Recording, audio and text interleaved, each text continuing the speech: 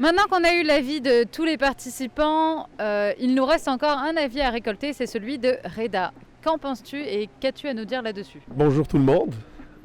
Moi, honnêtement, sur le point de Dale, je voulais sensibiliser aussi par rapport aux gens qui sont vraiment dans le domaine technique.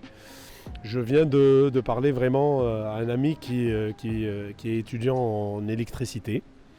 Et ça lui coûte énormément d'argent, déjà, d'acheter tout le matériel. Le matériel n'est pas compris dans son forfait étudiant. Donc, tout ce qui est matériel qu'on utilise dans tous les cours, ça c'est un coût en plus pour lui. Parce que normalement, au cégep, il a le matériel qui est à disposition. La deuxième chose, c'est que toutes les manipulations se font vraiment individuellement. Et il a un problème de progression. Le prof, avec sa pédagogie un petit peu réinventée par rapport à la conjoncture actuelle, fait qu'il doit suivre élève par élève pour finaliser un schéma technique. Et ça prend énormément de temps. Chose qui, pendant un cours normal, pourrait se faire en 1 heure. Il peut passer à côté de tout le monde pour corriger chacun. Mais actuellement, avec justement l'introduction du multimédia, et donc c'est pas évident du tout. Donc non seulement c'est un coût par rapport à tout ce qu'il doit acheter en plus, parce que normalement c'est un matériel qui est fourni par le cégep. Et ça, c'est hors coût des études. Et la deuxième chose aussi, c'est le temps, le facteur temps qui ne joue pas sur la progression. Donc, ils perdent beaucoup de temps pour finaliser un schéma qui, normalement, voilà, comme je l'ai expliqué, doit contenir dans un cours ou 2-3 heures de cours. Donc, par rapport à ça, moi, je pense que la chose la plus importante à mettre en exergue, c'est que les filières diffèrent et je pense que les problèmes diffèrent par rapport à ça aussi.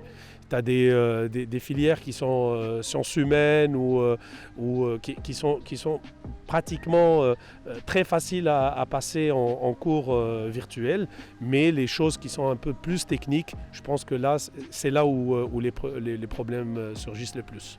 Voilà, merci. Donc Dale, tu avais raison en disant qu'il y a autant d'élèves qui ont des facilités avec les cours à distance que de difficultés selon les différentes filières. Ok, mais ceux qui ont comme des cours assez faciles comme technique juridique ou... non, pas technique juridique, désolé, mais des cours comme... Ouais, c'est vraiment dans mon cas. Mais je veux dire, ceux qui ont comme des cours comme plus faciles comme sciences humaines ou vraiment des cours que c'est vraiment à distance et qui se plaignent, qui c'est très difficile, je suis désolé, mais... c'est vraiment pas justifiable, je suis désolé. Avec le corona qui nous a toutes pris par surprise, qu'on avait tous nos horaires habituels et tout, et malheureusement, ça a changé. Il faut qu'on change nos horaires et tout, le travail, école. Comment on vit avec ça? Comment vous voyez ça maintenant?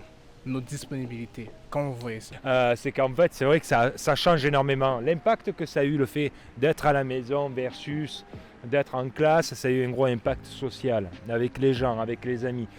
Oui, on est plus disponible virtuellement, mais beaucoup moins dans la réalité. Puis moi, je sais que pour certains des jeunes que nous avons suivis, ça peut être dur. En fait, il y a 2 catégories. Il y en a qui sont très heureux, ceux qui aiment bien être dans leur bulle, puis ceux qui sont en mode social, c'est un peu plus difficile. Donc, et il y a beaucoup de changements dans la manière de faire des courses, dans la manière d'appréhender les études, dans la manière de demander de l'aide. Et puis, il y a eu un impact quand même aussi super intéressant, c'est que la Covid, qu'on le veuille ou non, ça a permis aussi de recréer des liens et quelquefois d'aller chercher un peu plus d'authenticité ou de sincérité ou d'enlever un peu de superflu dans la vie de tous les jours. Ouais, c'est super intéressant, Loïc. Mais là, maintenant, je pense qu'on n'a pas assez de temps pour continuer à parler. Alors, peut-être la semaine prochaine ou peut-être au prochain épisode, en fait, désolé, on va parler un peu plus sur ce sujet-là. Nous allons conclure sur cet épisode de la journée. Donc, merci à Dale, Inès, Vertil et Loïc et Reda. Et moi-même, voilà, et on se voit la semaine prochaine. Au revoir.